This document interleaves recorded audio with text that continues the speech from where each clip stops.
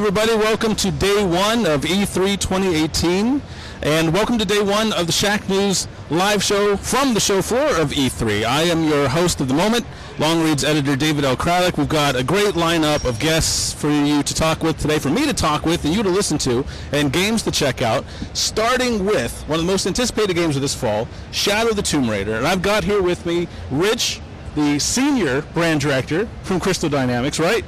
That is correct. Hi, David. Nice to be here. Yeah, great to have you back. Thank you. Also the creative director on the project, Dan from Eidos Montreal.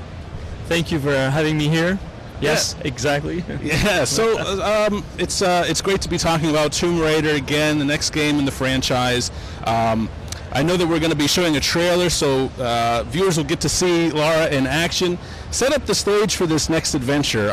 Where did she leave off after Rise of the Tomb Raider, and how was her mental state going into Shadow of the Tomb Raider? Her mental state on Rise when you finish the game, so I hope I'm not spoiling anything, but you're learning, that Trinity killed your father, and when we start, it's 1 year after Rise.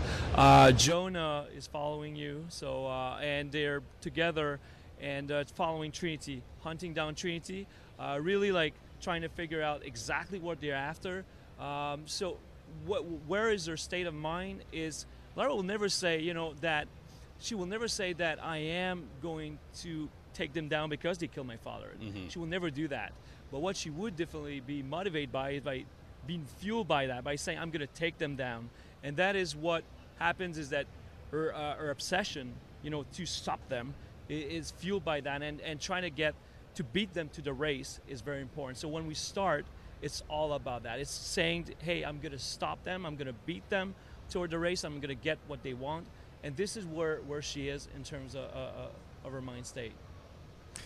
The thing that I really love about this is we are seeing a very capable, very calculating Lara Croft. And so she does feel like she's, the one person who can stop Trinity, the one person who can save the world. And you almost get a little bit of that hubris where she, at the beginning, makes a decision that triggers the Maya apocalypse. Mm. And then Lara feels compelled because she is still the hero of the game. Right. She is still doing what she believes is right. She's compelled to now right the mistake that she made. Mm-hmm. And so along that path, as Dan said, you may question her motives from time to time. How much of this is revenge? How much of this is fueled by the desire to save the world? I love that we're showing a very, very conflicted Lara. It's the most inner turmoil that she's ever gone through. But the thing that's so important about that with the narrative is these are the tests, these are the trials and tribulations that she has to push through in order to become the Tomb Raider. And that's what we're delivering. You are going to see Lara push through all of that inner turmoil, push through all of that external conflict in order to become what she's meant to be. That's actually, I'm really glad you both brought up those talking points, because one thing I've enjoyed about this origin story for Lara is in Tomb Raider 2013, she was almost this scared little girl, but from game to game, every step she's taken, from that first kill of the deer to all the trials and tribulations, she's become this grown, hardened woman. And I wonder, the tone of Shadow of the Tomb Raider seems like maybe the darkest yet. Is she going to have a lot of the struggle of, like, how far am I willing to go to survive? What am I going to have to do? How far am I going to have to go? Am I reading too much into that? I'll let Dan take it away. I was going to say, you're not reading too much at all. Okay. Like that is absolutely what we're looking to deliver, where there's a progression to Lara's character. Right. And you're right. She started off as an inexperienced woman trying to make her mark, trying to go on her first adventure, and then she was caught in a situation that she didn't want to be in, but she realized that she had that steel, that inner fortitude to be a survivor, to try and save as many of her friends as possible to get off the island. Yeah. And then you go to Rise, where she now feels like, okay, I know that I have this destiny. She didn't know yet exactly what her destiny was, right, but she knew she had this destiny. She knew that she had a place in the world. She wasn't sure of it yet, but she felt like she was one of the few people who had the skills, the will to take the fight to Trinity. So that's where we see her going off on her first tomb raiding expedition, saying, I'm going to take the fight to Trinity. I'm one of the few people that can stop them. And now, in Shadow of the Tomb Raider, you are going to see her struggle with not becoming the enemy that she's fighting. So you're right that this will be the darkest chapter, but it will also be the lightest chapter. Because Lara, again, is still the hero. She will make mistakes. She will come close to the line that she has set for herself.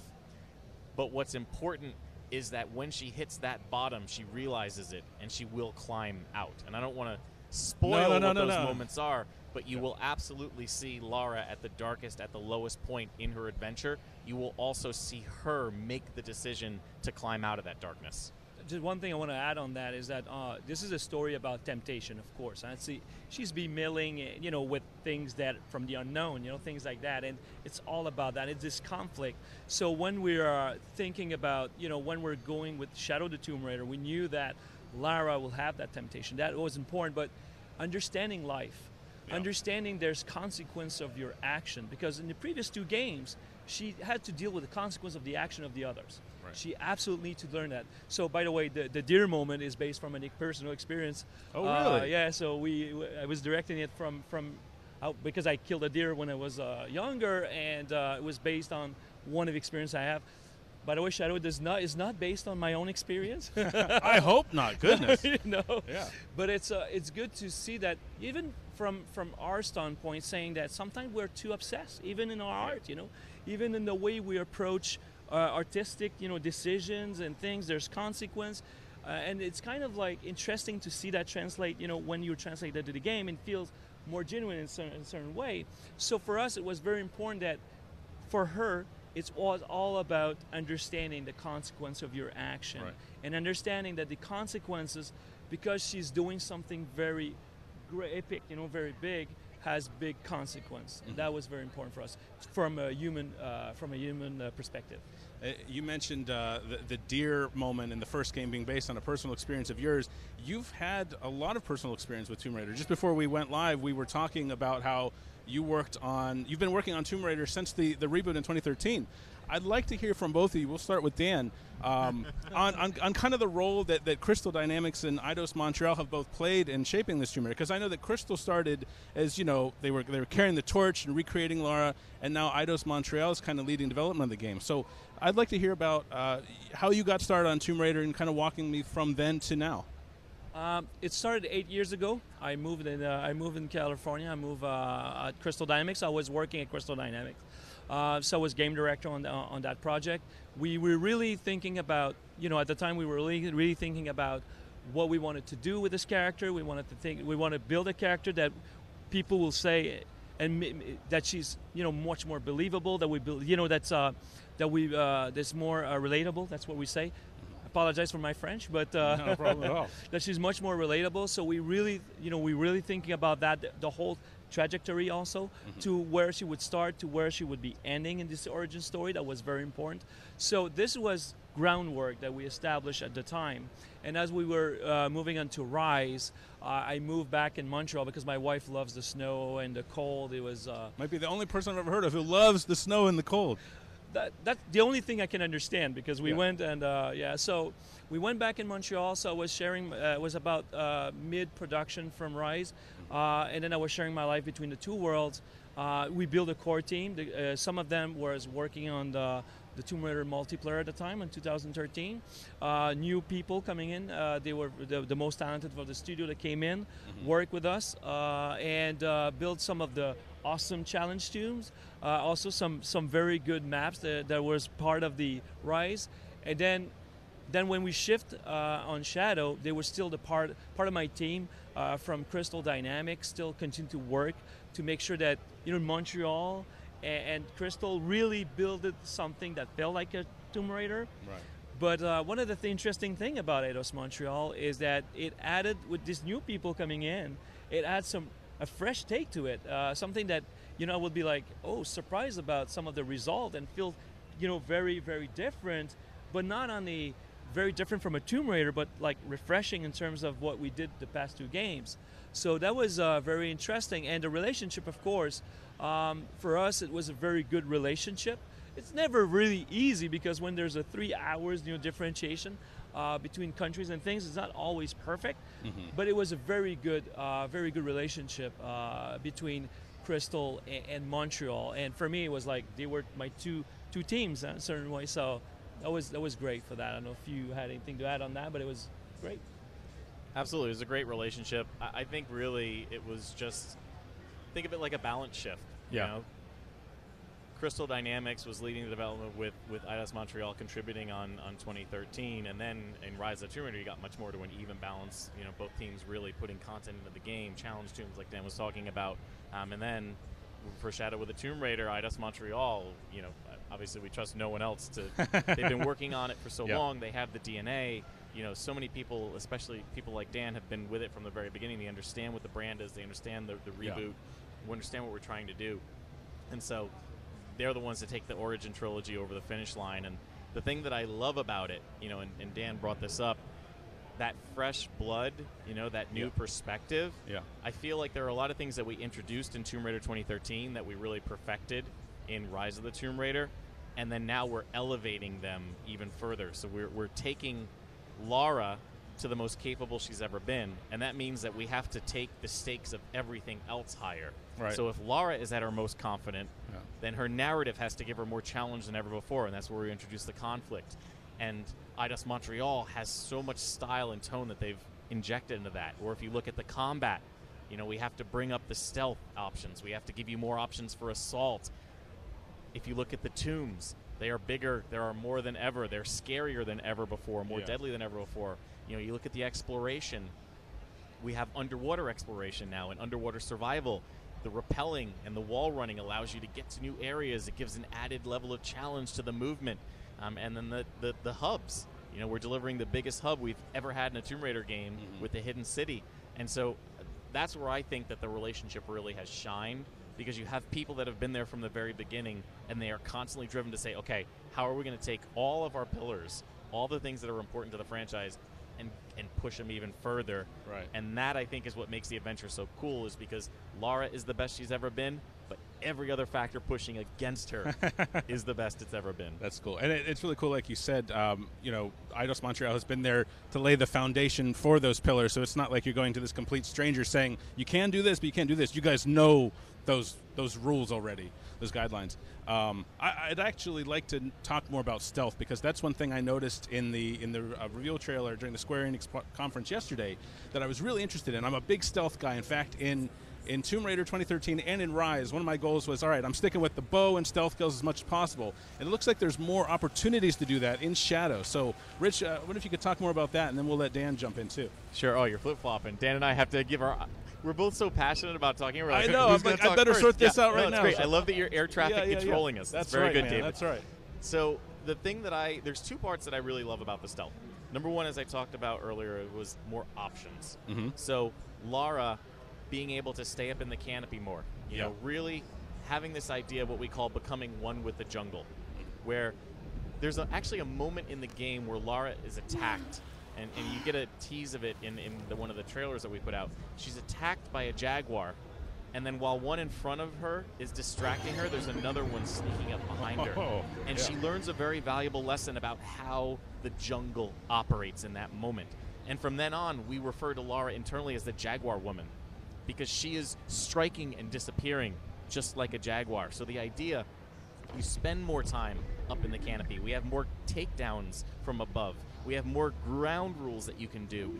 And the second thing is that the team has overhauled the enemy AI, whereas in Rise of the Tomb Raider, once you popped the bubble, as you will, and went into assault, you couldn't get back out. Right. Now in Shadow of the Tomb Raider, if you evade enemies long enough, if you get up into the canopy, stay out of sight, they'll go back into patrol, and then they'll go back where you can re-engage in stealth. So we give you a lot more opportunities, not just in terms of the tools, but to have an assault and then to get back into stealth. Just to add something on that is that in terms of the AI, we really push the AI. We create a new AI component where, you know, in Rise, for example, you were saying that at a certain point, people, if you were distracting them or they were knowing there was something, they would eventually know where you are. In this game, you can play completely with the AI. They will go where they think the threat is, and they will investigate. They will even throw grenades and stuff if they're, depending on how afraid they are and things like that. So it's really, for us, it was very important that aspect to push it so that Lara becomes not just, not just a predator, not just things like that, but the jungle itself. And people don't know what they're attacking them. You know, they're like, what the hell is that? So that is the thing for us that was very important. Yeah, and that idea of using fear in combat You know, as Dan was talking about having them throw grenades in the wrong Yeah, space. yeah, yeah. There's actually a couple of things that you can do. You can fire an arrow that will make an enemy soldier turn around quickly. He'll just start firing. If you look at our CG announce trailer, all of the moves that are in there are actually in the game. So the idea of making a soldier turn around quickly and shoot behind him and maybe kill one of his friends, that's in the game. The idea of you can actually craft an arrow, it's called the Jaguar's Spear. You shoot an enemy, and if you don't kill him with it, he'll start screaming at everybody, "Who are you? You're one of them!" And he'll start firing at everybody and his friends until he passes out and dies. Right. So the idea of Lara using the jungle to her advantage, becoming one with it, and instilling fear and chaos in the enemies is also a great tactic because, again, she's at her most confident, but so is Trinity. They have got so many tools. They have outnumbered you. They have outgunned you. So you have to be smart in how you engage with them.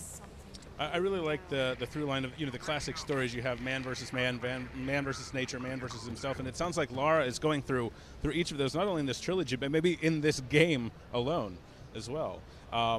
Tombs, of course, have always been a very big deal to Tomb Raider fans. I know they were almost, I kind of liked how they were positioned in 2013. They weren't as long, but they were almost like little Easter eggs. Like, I really searched out every tomb. Bigger role in Rise of the Tomb Raider. But Dan, how big of a role and what role do tombs and tomb raiding play in Shadow of the Tomb Raider? But one of the things that was important when we start thinking about the game 3.5 years ago, we were saying to each other, now this needs to be the most Tomb Raider game in the trilogy. We said it needs to be more about that because that's where the trajectory of Lara, you know, at the end of this game, she has to become a Tomb Raider that she's destined to be. So it has to be more about tomb raiding.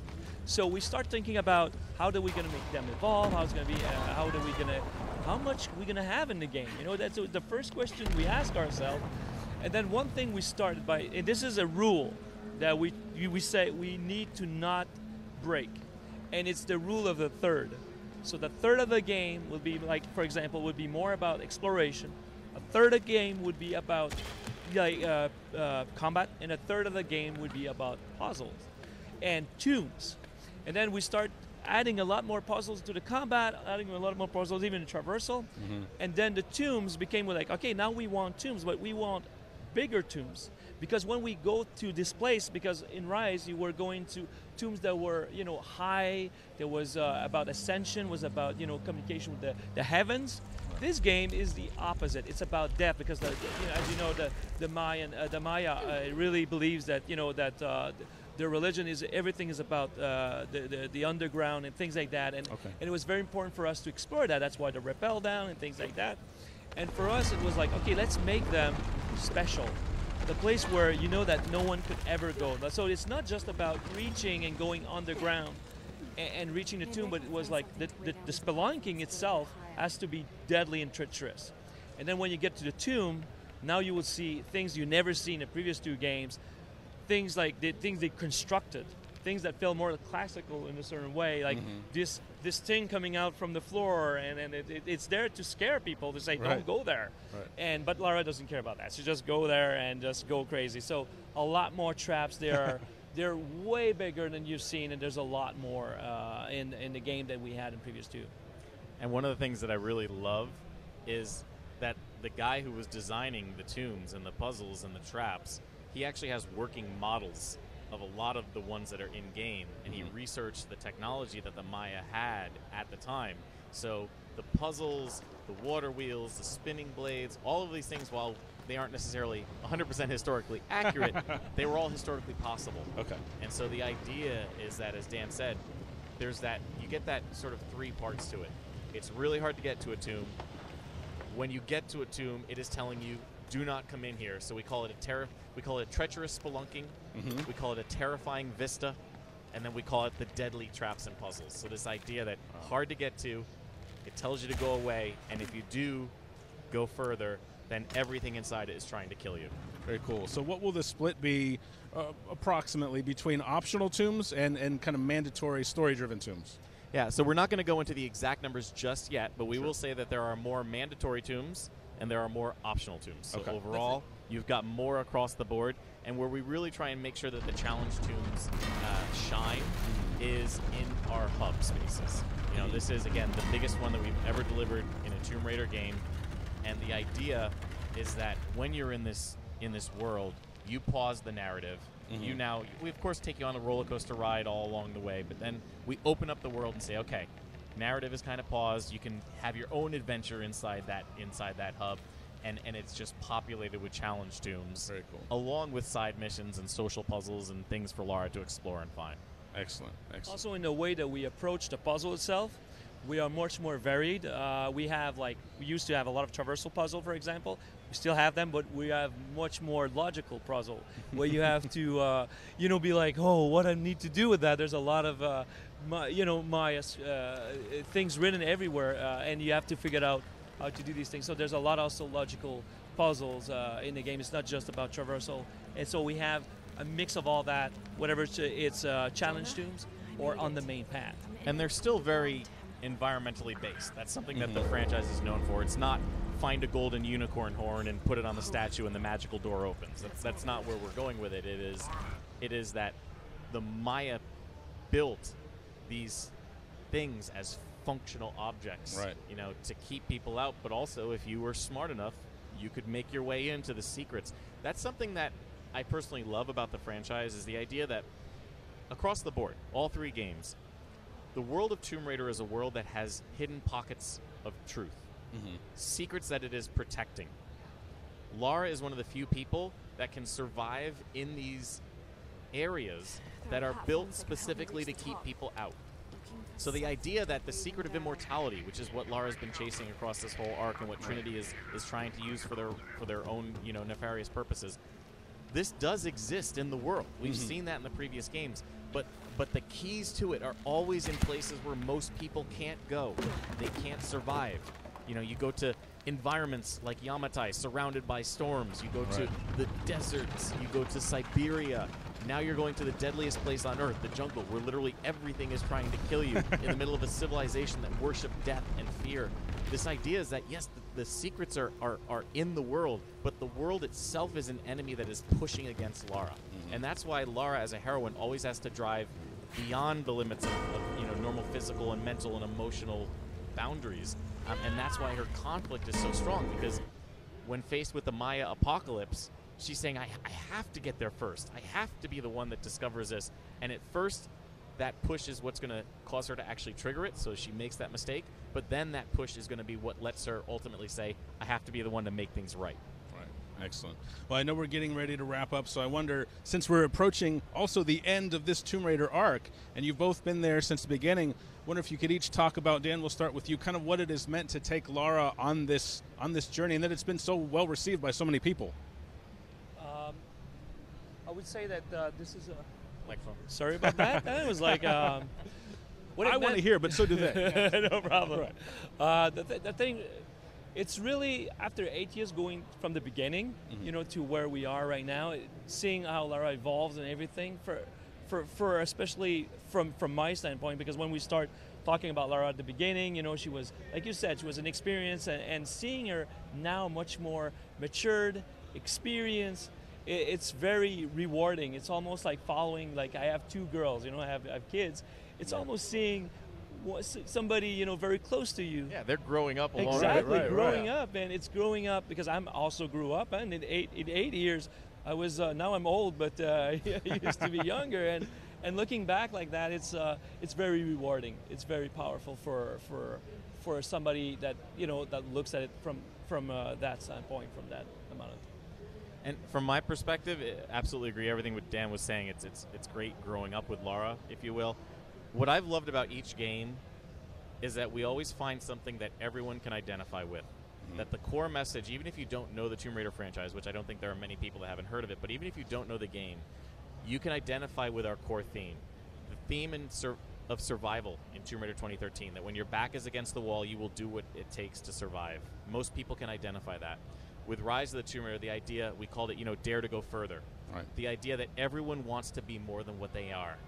That the human spirit is what drives us to accomplish so much in the world. And now in Shadow of the Tomb Raider, it is about sacrifice and perseverance and pushing through to your destiny. So the idea that everyone goes through dark points.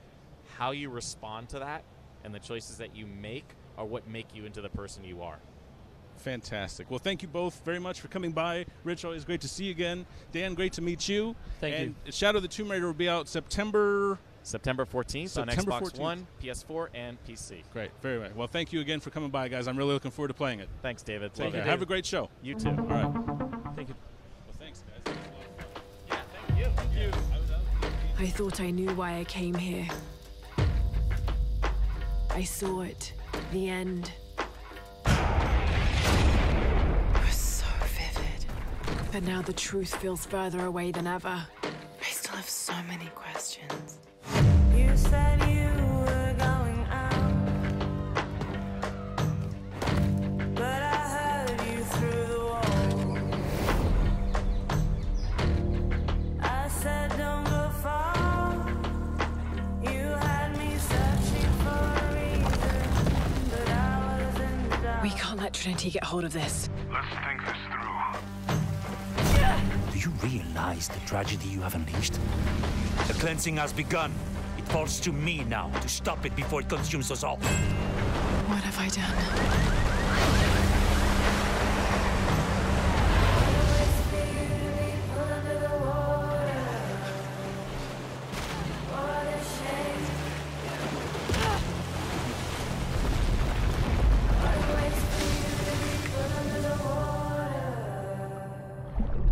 What a shame you can't hear me. I speak louder.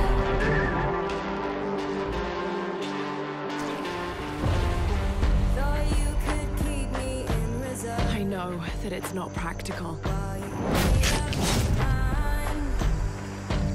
I know that it's hard to believe. Could I hold myself back? Well, you fed me a fable, but I know the taste of life. You don't know that you caused all this, Lara! You need to trust me. We have to trust each other. I speak louder.